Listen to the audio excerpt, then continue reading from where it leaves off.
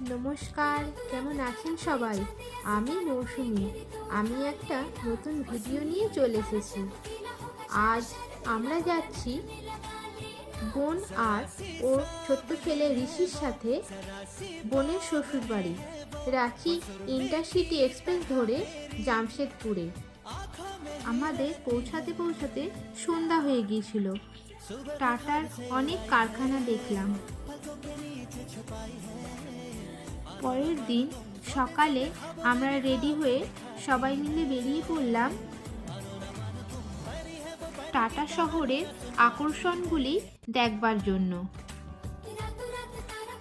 টাটানগর ছিল আদিবাসীদের গ্রাম। তার নাম ছিল পূর্বে সাকচি।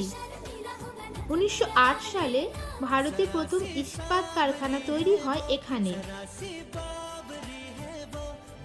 প্রথমেই আমরা গল্ফ কোর্স দেখলাম। সাকচি এলাকায় টাটা স্টিল নির্মাণের কাজ শুরু করার সাথে গড়ে তোলেন এক পরিকল্পিত শিল্প নগরী।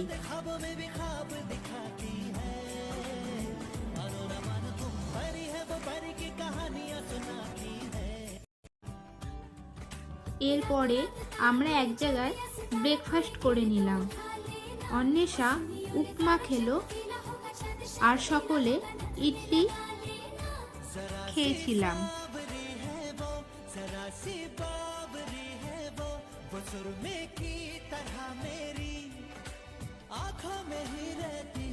প্রথমেই আমরা ডিমনা লেকে পৌঁছে গেলাম।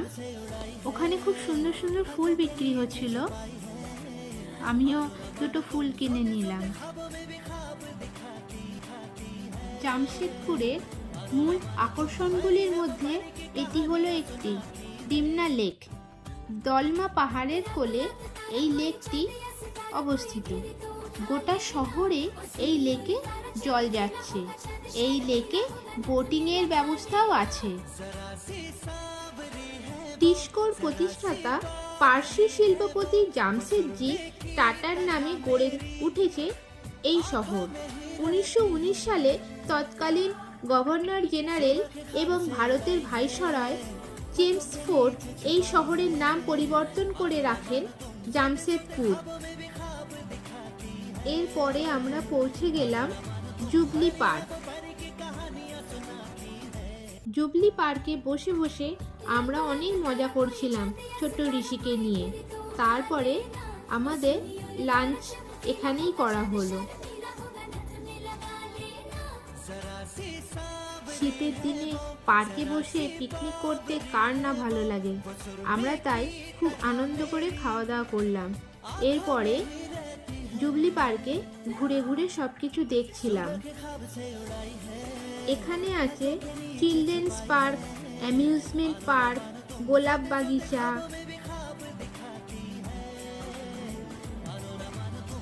জুবলি পার্কের ফোয়ারাগুলি আরও আকর্ষণ বাড়ায়। শনি, রবি ও মঙ্গলবার সন্ধ্যায় আলোয় এই ফোয়ারাগুলো আরও সুন্দর দেখতে লাগে।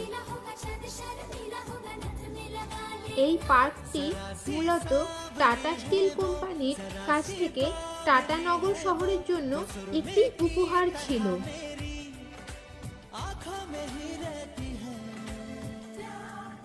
এরপরে আমরা টেলকো ঘোড়াবান্দাতে সাই টেম্পল গেলাম।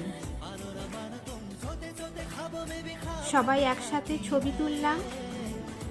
পরের দিন আমরা ছোটা গোবিন্দপুর থেকে সকাল সকাল বেরিয়ে পড়লাম। টাটানগর থেকে আমাদের আহমেদাবাদ হাওড়া এক্সপ্রেস ধরে বাড়ি ফিরলাম। বাড়ি ফিরতে ফিরতে 3টে বেজে গিয়েছিল। তাহলে ভিডিওটা এখানেই শেষ করলাম। ভালো থাকবেন, সুস্থ থাকবেন। নমস্কার।